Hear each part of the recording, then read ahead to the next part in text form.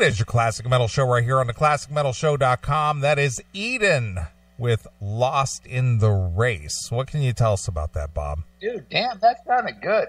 I haven't heard that in a while. And that was recorded in 1987, Studio Orange. We did 5 songs. I think it cost $500. Nice. Just went in, did it live, came out, and that was Mike Stone was 19 years old, just came over from Wisconsin, and we were looking for a new singer after Mike Henry had left and formed his band Armed Forces. So Mike Stone came around, and brilliant singer, man, just amazing voice. And then we later find out we got Lenny Spickle was in the band. He was the second guitar player. And then we found out what a phenomenal guitar player Mike was as well. Just an amazing talent. Mike's got several solo CDs out on Rat Pack Records. He's done like jazz kind of stuff, heavy stuff, a lot of different stuff. Super talented guy. He plays bass, guitar. Again, everyone knows him as a guitar player in Queensrÿche, but as you heard there, that was him at 19 years old, his first recording ever. And just an amazing voice. I mean, Mike Stone, just a great talent. He and Lenny are in the Inside Metal, the second one, the LA Metal Scene Explodes. And I do want to give a tribute out to our late great guitar player from Eden, Rick Scott Croco, who passed away a few years ago. Just such an amazing player, as you could hear there.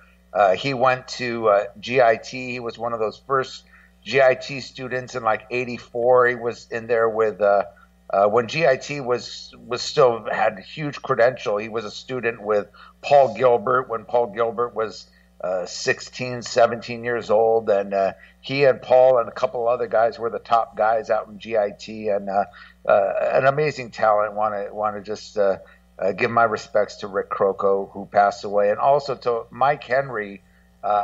From the original Eden song you heard, Pound It Out, Mike Henry was the one of the originators of Eden and his own band, Armed Forces, who were great. I think I sent you an Armed Forces song we could play later.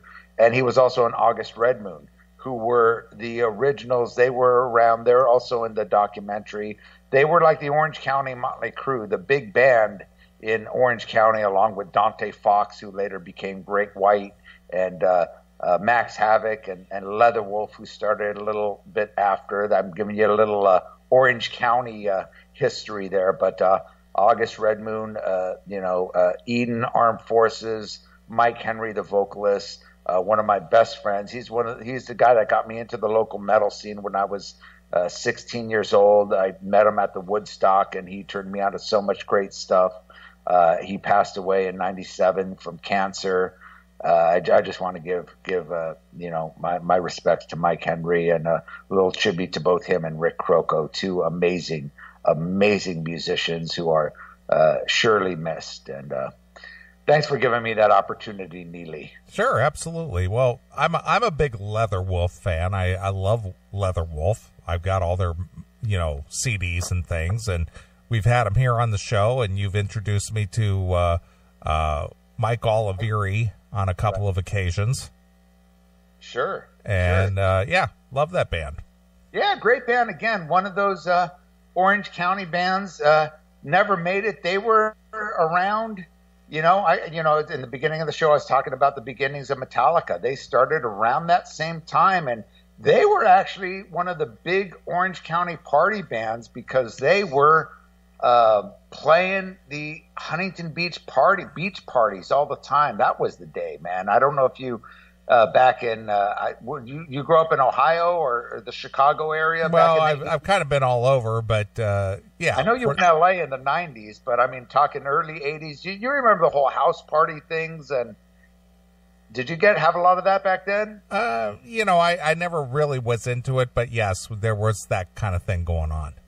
Yeah, I mean, that was the shit. In Huntington Beach, you had the beach parties, and Leatherwolf were like the big party band, and they started out doing like Maiden covers, and them. And there was a band called Delirium. Chris Silva, great guy, great drummer, who's still out there doing it. Give us some props to the old OC people. And you probably remember a band called Witch that were old Orange County band, Punky Peru. And, of course, I mentioned August Red Moon, Great White, Striper came along. They were called Rock's Regime. They were doing some shows with Metallica in the early clubs back in the day. So great times, man. But it was a big party scene, man. The house parties and the beach parties, and the Golden Bear was still around. I mean, you could go out, and I didn't even need to go out to L.A. back then. The scene in Orange County, I could go to, we'd go see at the Golden Bear like Robin Trower or Bachman Turner Overdrive, or, we're talking early 80s, Rory Gallagher I would go see. And then I would go early during the day and go to a beach party. Leatherwolf would play at a house party during the day. So I would leave the house at 11 a.m. and I'd ride my bike down the beach at, 16, 17 years old, go see this, then go to the Golden Bear, see a killer show there. And then afterwards, you go to Perks and see Walter Trout, an amazing blues guitar player who I don't know if he recently passed away. I know he was having some health issues, but he became like really big in Europe. But he was like an old Orange County blues legend. I mean, people like Billy Gibbons would go out and jam with him and stuff. But that was just a typical day in Orange County, in Huntington Beach. Within a 5-mile radius, you could see all this on a Friday night. So, good times, definitely. The old Huntington Beach scene. Excellent. All right, Bob. Well, let's get into something a little more controversial. Indeed. All right. I'm sure you're well aware of the controversy that was kicked up about Roseanne tweeting out about former Obama aide Valerie Jarrett, and she lost her show over it. And everyone was shocked and outraged about it. As they should be, Neely. Yes. It's a shocking thing. Right. Are you familiar with the stand-up comedian Doug Stanhope? Nope. No. I am not. All right. Are you familiar with a radio guy interviewer by the name of Ron Bennington? Name rings a bell, but I can't say I've heard him before. Ron Bennington used to have a show on XM radio called Ron and Fez. Right. And he does a lot of interviews. Well, he recently had interviewed Doug Stanhope, the comedian, who has a book out, a second book, actually. And I'm just going to play a snippet of this interview because it kind of leads into something that you mentioned earlier in the show about YouTube and censorship and all this other kind of thing. And one of the things that has been so prevalent for the last, I'm going to say 10 years at least, where everybody is apologizing for everything. You said that people don't have their own opinions. They don't have their own viewpoint. Can't they just, people say what's on their mind? And the reason they don't is because they get attacked for, telling what their viewpoint is, and then they have to apologize. They don't have to, but they do. But they do. And I think Doug Stanhope, in this little piece of interview that I'm going to play here, he says it so, he compacts it so completely as to what's going on here. And this goes back to why the CMS is not sponsored, or why we never have pursued sponsorship or commercialization of the show. So check this out. See what Ron Bennington and Doug Stanhope have to say. And I'll stop this along the way if you have comments. Okay. A lot of biographies because of people coming in. And the first two chapters are, we chase squirrels with BB guns and our smoke. Just shut the fuck up and get to making the albums and sleeping with the hookers. Right. Right. So Ron Bennington is saying when he reads a book put out by like somebody like, I'm just going to use a name, like Steven Tyler from Aerosmith.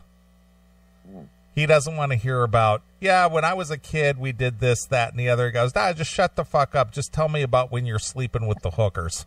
Right. So that's where he's going with this. Okay. So this is all sleeping with the hookers. It's all sleeping with the hookers. This is all, And I also love the that war stories. Yeah, that you do just jump around from one great story to another. It's like talking with you. No one ever sets up their life story and tells it all the way through when you're hanging out with somebody. But the through line is about fame and the lack thereof, the trappings of.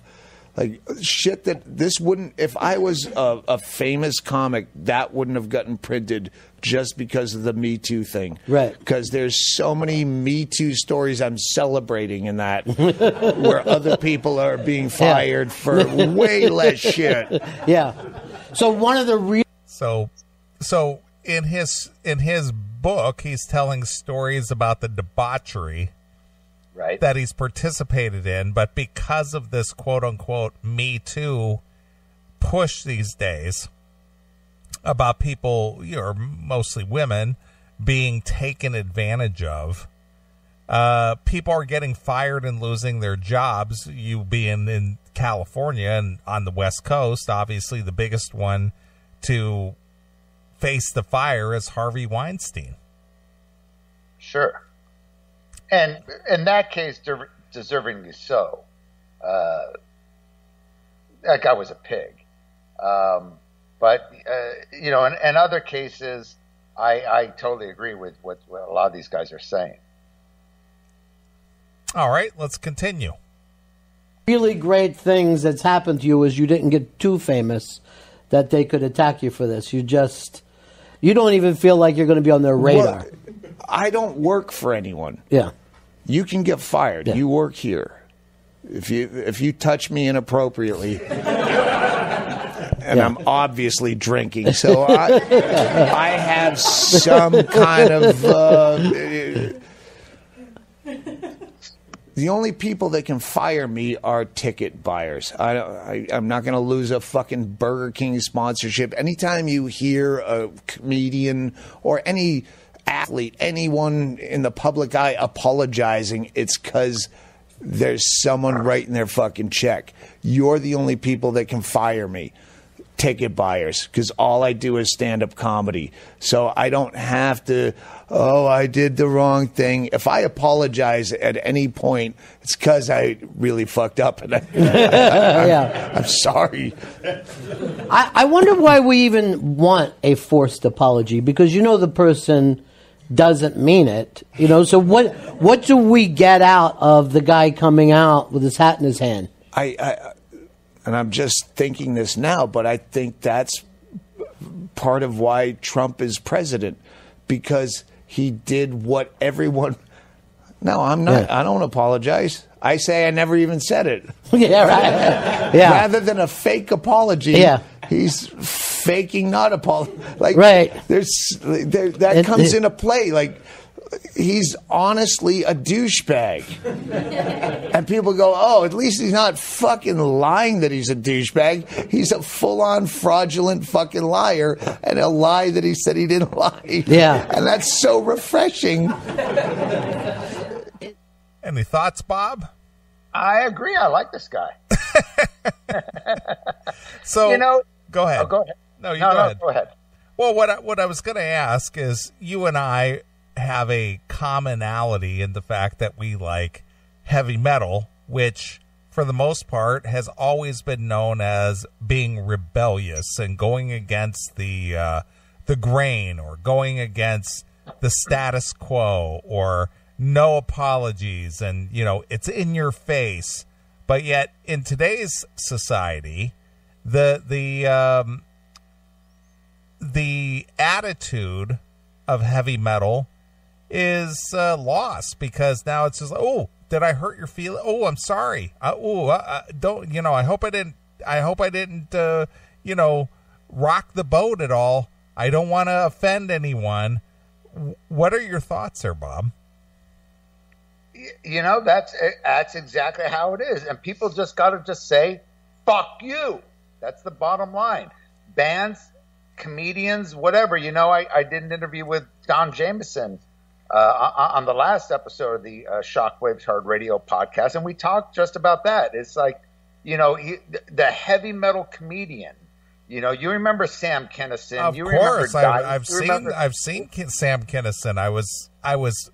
I to this day, even though it's been 20 years since he's passed away or more, I think he died, in 92? 91, 92. Yeah, I think it was like 92. So, what is it, 92, 2002, 2020, 26 years ago, unfortunately?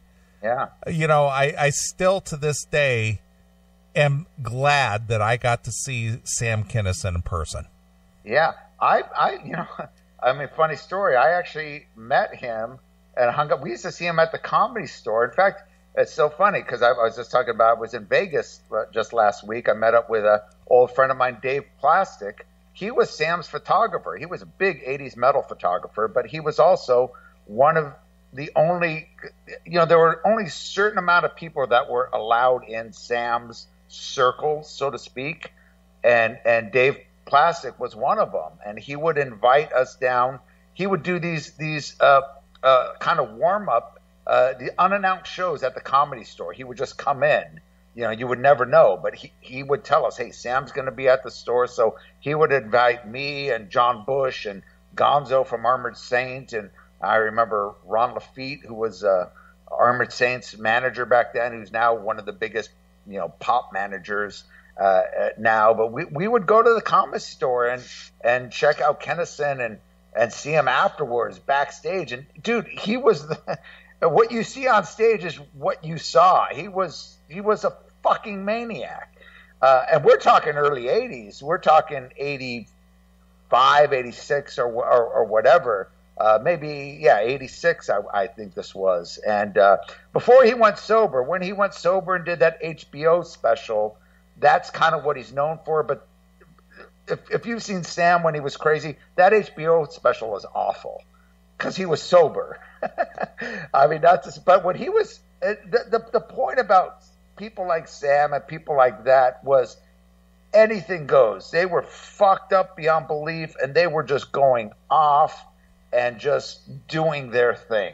And there wasn't this political correctness. It was comedy. It was accepted. It was great. And that shit is fucking dead. Did you happen to see, I know I'm going off topic a bit, but Don Rickles. Yeah, of course. He recently passed away. Did you see a special that they did? I think it was on, I don't know if it's still on Netflix, but they did like a documentary. I did see it. Yeah, I mean, that dude was fucking great. He was last of the old school comedians that could get away with that shit. And the reason he was because he was Vegas old school. He used to perform in front of, Frank Sinatra. He was one of the few people that got away with giving Frank Sinatra shit. And Frank, as people know, was well involved, with heavy duty people and the mob people or whatever. And, they would be, his bodyguards, and they would hear him go off on Frank, and no one's ever done that before. And Frank fucking loved him, and they, that was Don Rickles would go out in an audience. He would go out to talk to people. Hey, how you doing? Oh, where you from? You from China or where the fuck? Guys like, yeah. He goes, what the fuck, man? I got an auditorium here of 2,500 Jews, and I got a goddamn Chinaman in the front row. How the fuck did this happen? Right. I mean, just shit like that. You'd just be walking in the audience. You would see an old couple. He would go, hey, what's your name? Blah, blah, blah. Oh, is this your wife? Yeah, it's his so-so. He's like, ugh. And he's going, oh, no, I don't mean anything about that. You're a very, very beautiful woman, very pretty lady. Where you from? Blah, blah, blah. Talking. And he's like, oh, very beautiful couple, very beautiful. Then he would turn to the crowd and just go, ugh. Of course. So you could never get away with that shit now. I mean, that was just pure comedy, And again, it's just the way of the times. I don't accept it. I won't accept it. People say shit. I say, fuck you. I mean, the shit I grew up on, dude, you were a Get Smart fan, right? Absolutely. Don Knotts. Or not Don Knotts, but what was his name? Adams. Yeah, Don Adams, right. and I had the whole box set of that, and there was just fucking, shit there you just could not get it. People watch that, so, oh my God, that's racist. It's fuck. I mean, these were Jews that were doing comedy about Jews, about the war, same with Hogan's Heroes, all that kind of stuff. That it was all part of comedy. It's a whole. Nowadays, you got this PC police telling you what you can and can't do. Fuck you! Don't tell me what I can't listen to. Don't tell me what's funny or not. Just because you don't agree with it, don't go to the fucking show. If, comedians, I don't know why they're apologizing. Same with musicians.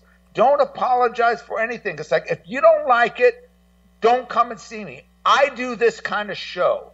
It's a raw show. It could be offensive to certain people. If you don't want to see me, don't buy a fucking ticket. I don't need your fucking money. If you don't want to see me, don't watch me on TV. Don't buy my CD. That's it. I'm going to do what the fuck I want to do. Who the fuck are you to tell me what to say and what to do and how to do my show? And people need to just say, if enough people just say, fuck you, I'm doing what I'm doing, that's what you got to do. And, I was talking to Don Jameson about, being a white, straight comedian. It's got to be the most difficult thing to do anything edgy anymore. Because, if you're gay, you could talk the gay jokes. If you're black, you could talk the white jokes about white people. They can't dance, they can't fuck, they have small dicks, they got whatever. You're going to get the courtesy laugh. If you're a feminist, you could talk about whatever. And it's just a fact. If you're a white guy, you can't say anything or you're going to get crucified. If you're a chick, you could talk about how fucked up guys are and talk about the Me Too movement, how fucked up. So it's these little, you could say this, but you can't say that. Oh, it's okay for them to say that because who's making these fucking rules? If you do it, it's okay for anything. You can't say it's okay for this person to do it. It's okay for that. I don't give a fuck what political association you're with, what religion you're with, or whatever. It's fucking comedy. It should not fucking matter. See, you're getting me all worked up, Neely. I got to put on my pussy hat now, right? To moist up my head. Exactly. It's it's just fucking common sense. It's just this world has gone into this stupid shit. And you know what? I understand about certain people apologizing. What he says, he makes a lot of points in the sense that if you're that's the point of being someone like me or you. You do your own thing. The Classic Metal Show is independent. Right. Now, if you were on Sirius or something like that, they would make you apologize for something. Well, but that goes back to get fired. Well, that goes right back to what Doug was just saying. It's because somebody's writing a check. That's what it is. That's absolutely what it is. And that's, the same thing. I mean, you could get into anything it just pisses me off how this shit is going. But that's the way it is. And that's why I don't work for a corporation. I could do what I do. I could say whatever the fuck I want to say. I don't have to worry about getting fired. If you don't like it, hey, fuck you. I don't care. I'm not in a position where, I mean, I can see if you're a band, Metallica or Maiden or whatever, in a band that's selling stuff where the press today, the media today wants to tear you down. They're looking for something to tear you down. Anyone. And that's just the way it is. And that, nowadays with the iPhones, the camera phones, whatever, they could track your every fucking move, everything you say on TV, on interviews. I mean, I don't know if you're getting, I never get this because I would refuse, but I've talked to certain podcasters, some of them, like my good friend Victor Ruiz and others. He's saying that people, well, I guess, I think you had something with Blotzer or one of the others. They want to see the questions before. Yeah, and we tell them, fuck you, because we don't do questions. We have a conversation. Or the other thing they're saying is they want to hear the interview before it gets aired. And that's the case because you get, all these sites, and I get why these sites are doing it. It's all about the clickbait. That's where they are making their money. So they're going to make it as controversial, whether it's, a metal sucks, a metal injection, a blabbermouth, or whatever. They're going to, so-and-so slag so-and-so, so-and-so said this about so-and-so, and it might be this little tiny segment. I don't really like that band. Oh, he slagged them off. How could, then all the trolls come up. How could this guy say this? He's talking shit. How could, it gets this controversy. It gets these views and these clicks. They make their money, this and that. And, the artist might have just been on. An artist can't be honest these days. You got someone like, Kerry King say, I don't like Ghosts. I like their image, but I can't stand their music. Kerry King slags Ghosts. He's, who is that fucker to talk this?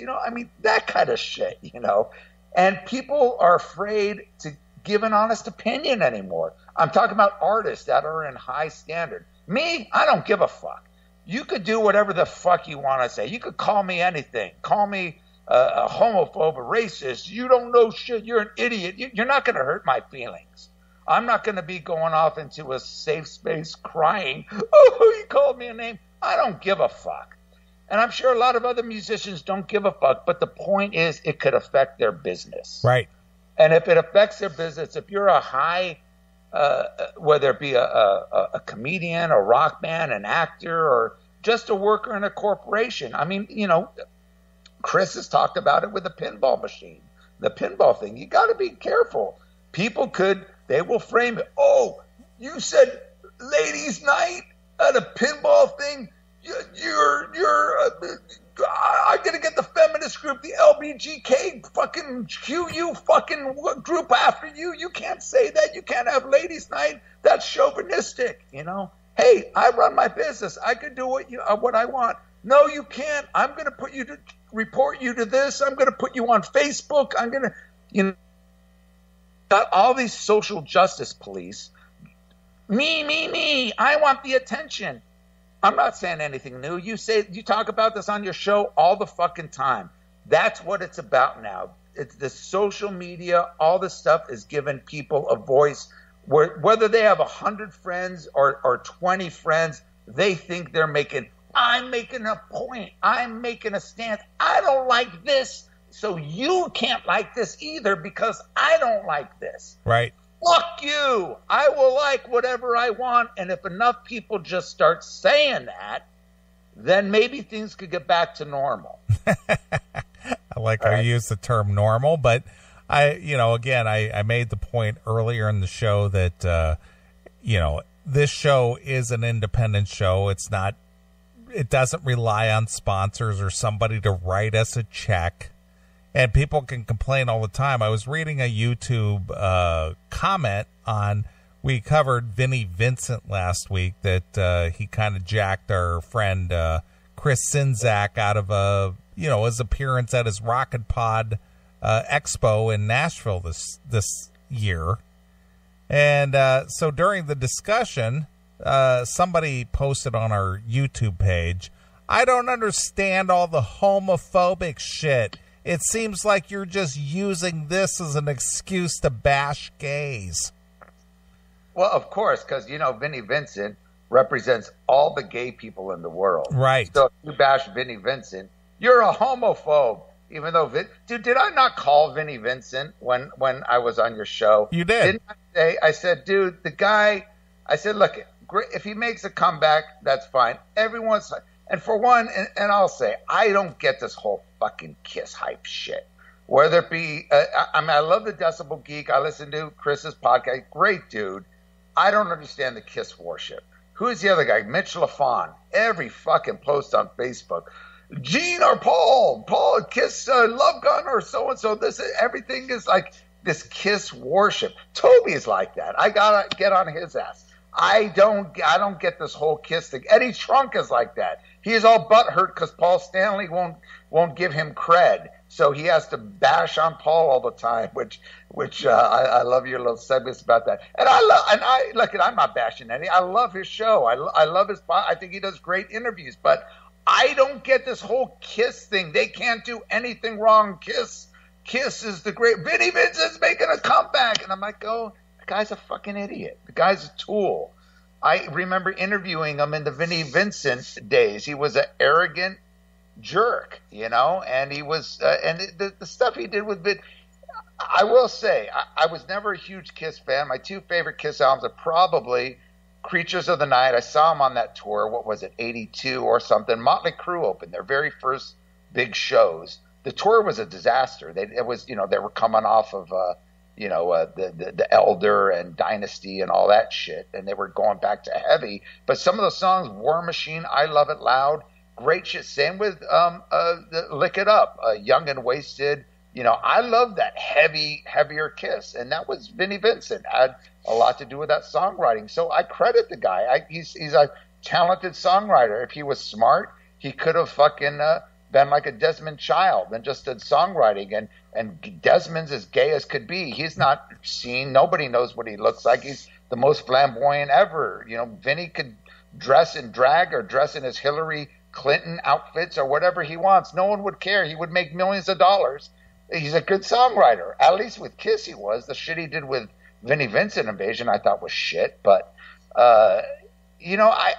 everyone I had ever spoke with back then was saying, you can't trust the guy. The guy is this. The guy is that.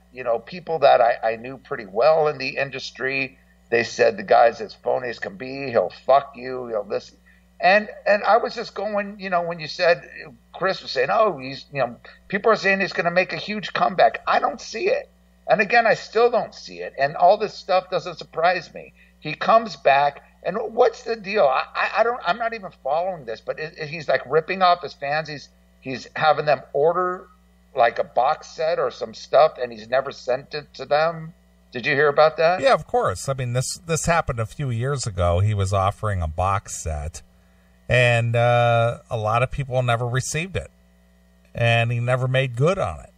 Yeah, well, it's not surprising. He's a scam artist. Right. Man. And he's coming off to be like, I'm Mr. Good Guy. I'm going to make a comeback. I think what his goal was to get everything was to probably get a new CD together. He would do through mail order, get thousands of orders because everyone from Eddie Trunk to Decibel Geek to a million other podcasts and conventions would promote it, thinking that he would be on as good, which you would expect for any musician to be good on their word if they're selling something. And I think he would have just took off with the money, and you would never hear of him again. Kind of like Kaiser Soze, off in the wind.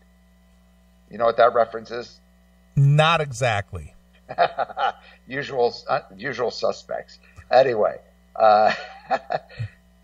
Vinny, it doesn't surprise me. It doesn't surprise me at all. I like I said, I kind of called it. I said, I don't see it happening. I don't trust the guy. I think there's something shady going on.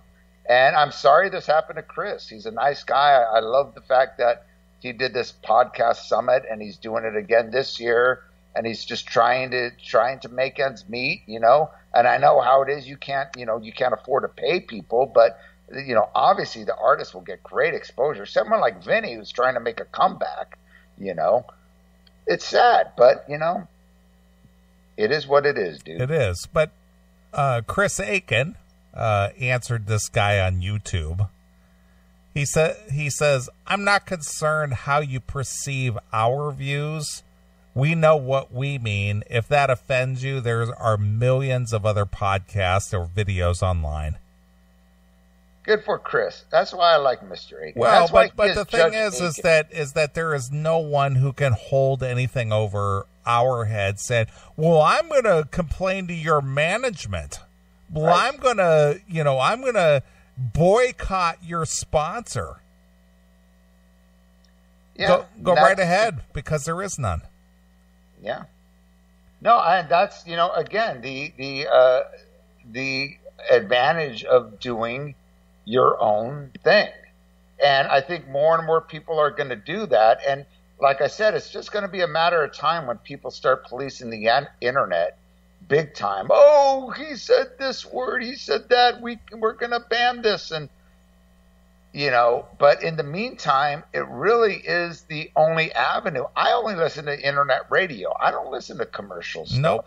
I don't have cable TV. I just get, I'll just watch movies like you say. I don't get sucked into the bullshit mentality of you have to do this. This is what we want you to watch. I'll be specific on the shows I want. I want to choose this. I'm not going to choose some cable package where I'm going to have to pay $180 a month just to get this one channel. And that's how things are getting said. More people got to do what you do. And I think if enough people do it and are successful, and labels, I mean, bands like Metallica are doing it. They're not going through a record company. They have their own company now.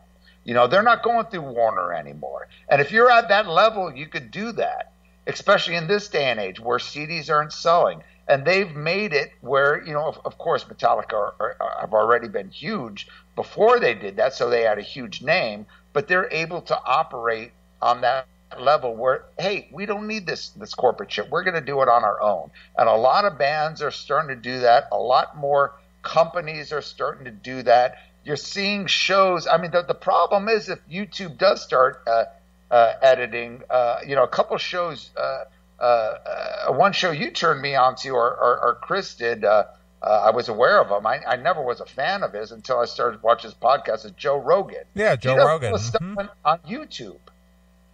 And he's smart in the sense that he'll do a show. I just watched the Steven Tyler interview. He did, James Hetfield. Great interviews, 2-hour plus interviews. And then he'll cut it up in several segments like you do with the Classic Metal Show, which is very smart. And then get the multiple amount of views and title each set. And I think that's where it's going. And I think you're doing the correct model and doing that kind of thing where pretty soon the money, obviously Rogan, I mean, he's getting, 20, he's getting each of his things are getting millions of views. So when you're getting that kind of numbers, you're making money, even on YouTube. Right. So, and he has like over 1,000 episodes, So if you could do that, we're just talking about Sam Dunn. He's got Banger TV on YouTube now, and he does a bunch of episodes. And like I say, he's got his own production facility and his own cameras and all that. So he doesn't have a big expense to produce these shows. He puts it out on YouTube. He has his own channel on there. If you could get enough views, you could start doing that on your own. I mean, right now it's, and I know you've gone through the whole YouTube bullshit, especially when it comes to music. It's so one-sided against the artist. It's unbelievable how much money YouTube and Spotify and others are making and the small amount of portion they're giving the artists in return. But if you're getting the huge numbers, it jumps. If you get 100,000 views, you could maybe get 30 cents. But if you're getting 2 million views, you could maybe get, $200,000. Right, or whatever. Of course.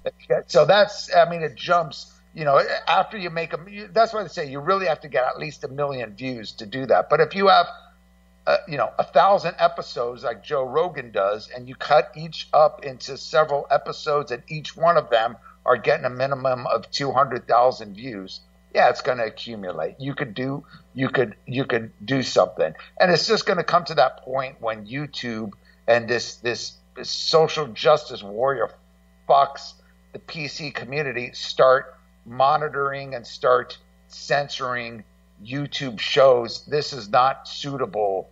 We can't have that, and it's going to happen probably pretty soon. And at that point, you're going to have a new format and a new platform, and it's going to happen. There's going to be new things coming about, I think, and you just got to do what you do, Neely, and that's why I love the concept of the Classic Metal Show and what you do and what you say, whether you agree with it or not, whether I agree with the stuff you say or not. I think it's fantastic that you can voice your opinion, and if you don't agree, then don't listen.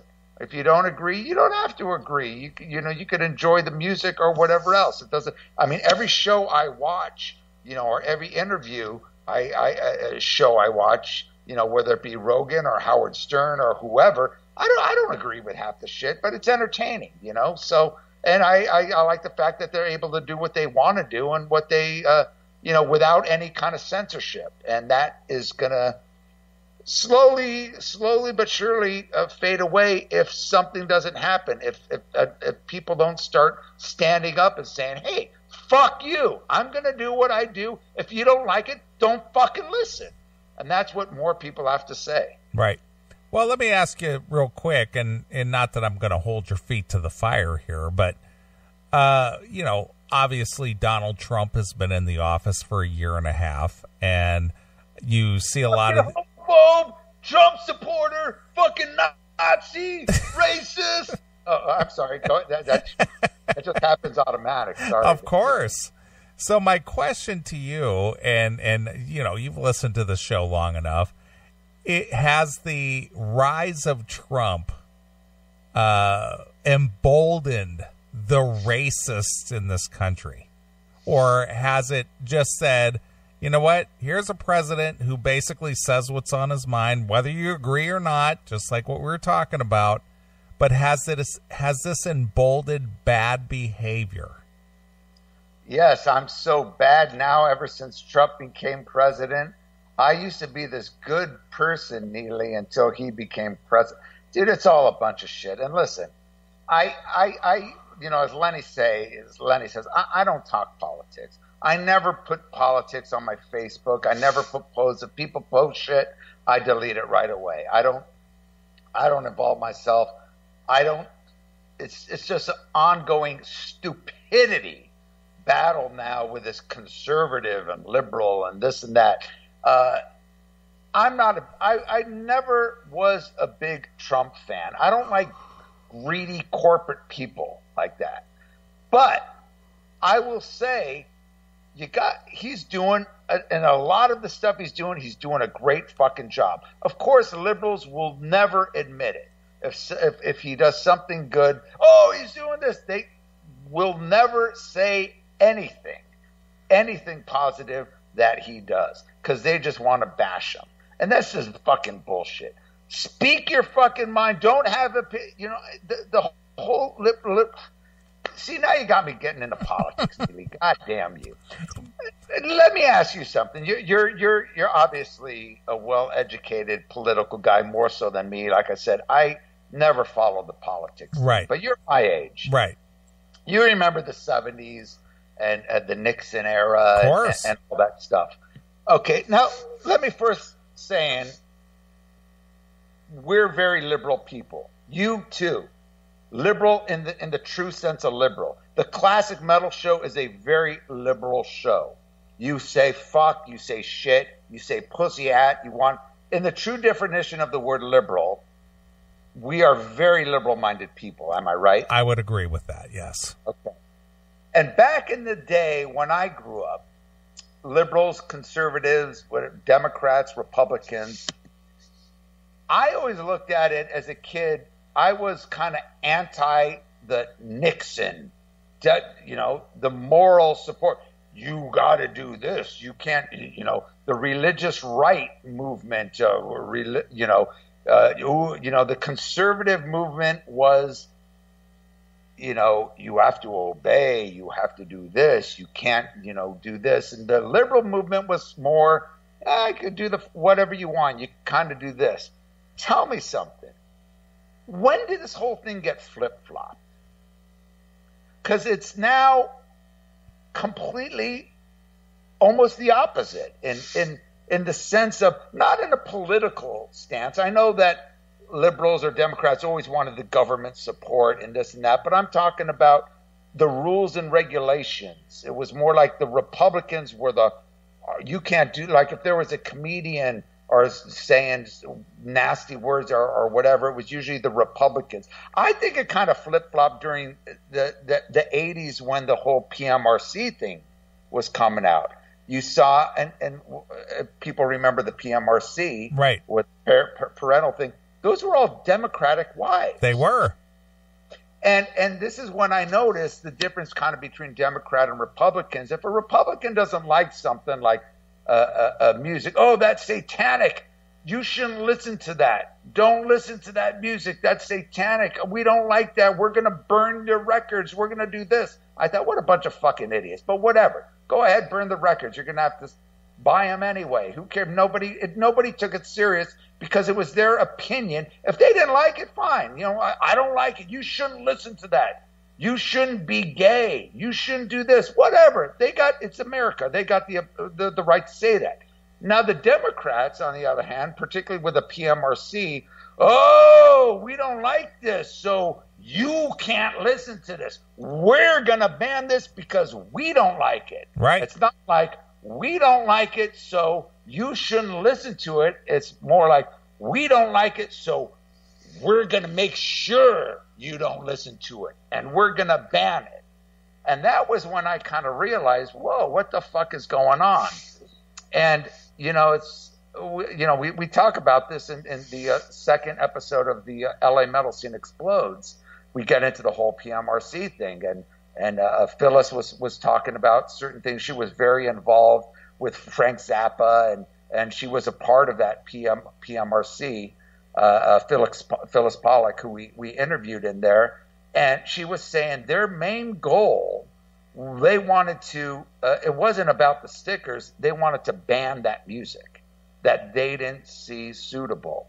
And then they had to, it ended up being, because of the fight, they agreed on the stickers, but their initial thing was we don't like it, you can't listen to it, you can't put records out. You know, that was their goal.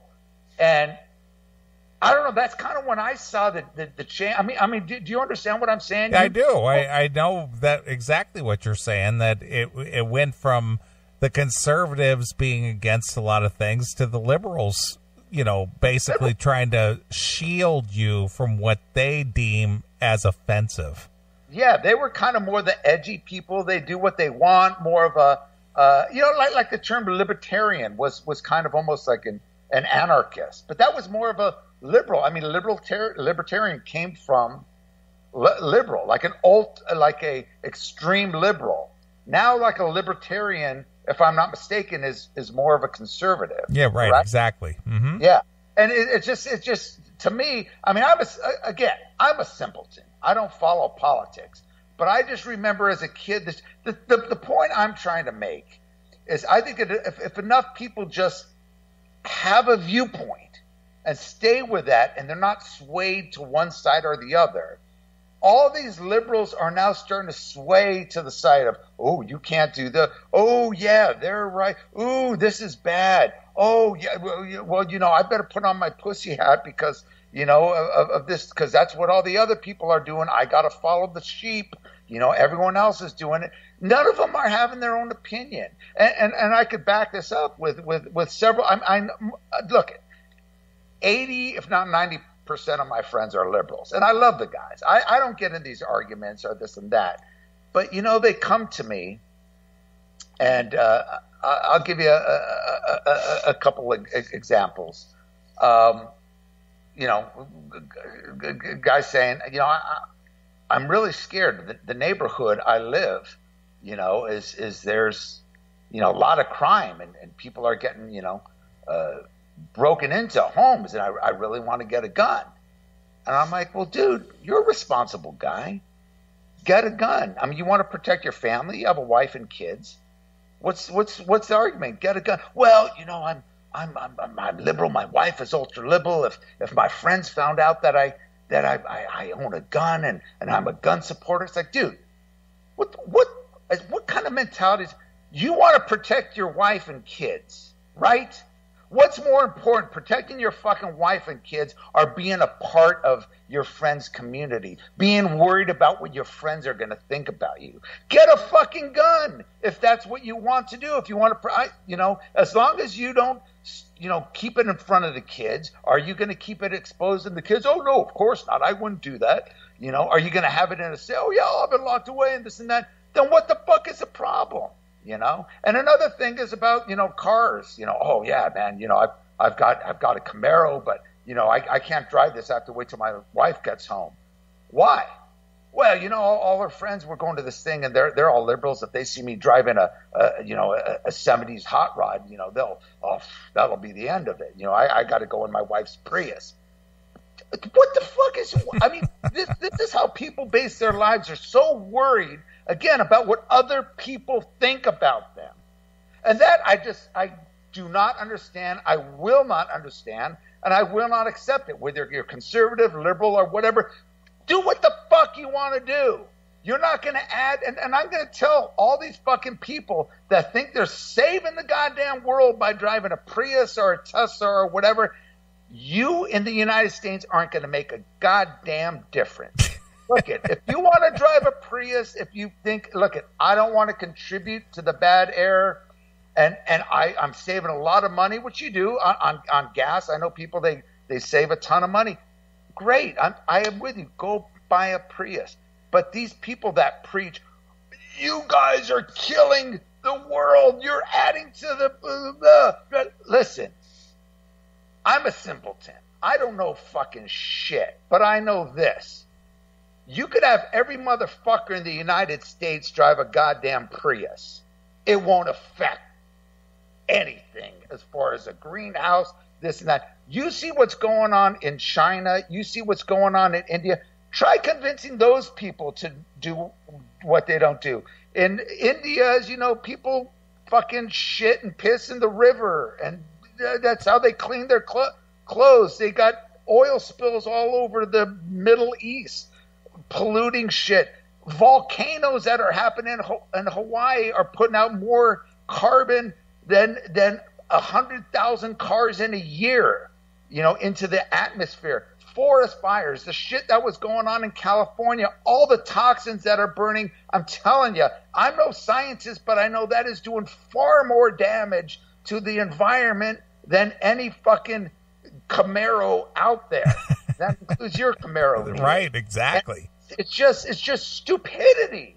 You're not going to change it unless you change it on a worldwide level. Look, if you want to do it to save money, I get you, man. I mean, I wouldn't mind driving a Prius too, seeing how gas prices are, But if you think you're going to make a change, and if you're going to bag on people, you're driving a fucking horror SUV, you're just fuck you. It's not going to make one goddamn difference. All right, go ahead. Sorry, I have to drink some more wine here. That's all right. Preach on, Brother Bob. Yeah, Wow. All right, excellent. I can't get in the goddamn chat room still. Are people bitching at me or what? No, not really. It's just like, wow. All right, Bob. Well, I think we should take a short break because hour number 4 has flown by. Wow. And we've got an hour and basically 53 minutes left. Interesting. Why don't you want me to pick a song here, there, Neely? Sure. Let's. I'm looking at the old list that you sent here. So, what should we play, Bob? Well, you know what? We were talking about Armed Forces, Mike Henry's band after he left Eden. Right. He had a band called Armed Forces that put out an album on Bizarre. And you're going to play something from the second album that never got officially released. It was later reissued. I reissued it on a High Voltage Records from Germany. They reissued the Armed Forces Eden and August Red Moon, as did Hear No Evil Records in England. So what you're going to hear is a rough mix because Mike Henry, the singer, had cancer and he ended up going in the hospital. He had like 4 or 5 surgeries. He came back, did the vocals, and he had passed away before the record was finished and mixed, so the record never came out. So it's kind of a rough mix. I think you have the song Feel It in My Skin. Yep. Why don't you play that one there, Neely? All right. Well, this is something that Bob contributed to the show. This is Armed Forces with Feel It in My Skin, exclusively here on your classic metal show.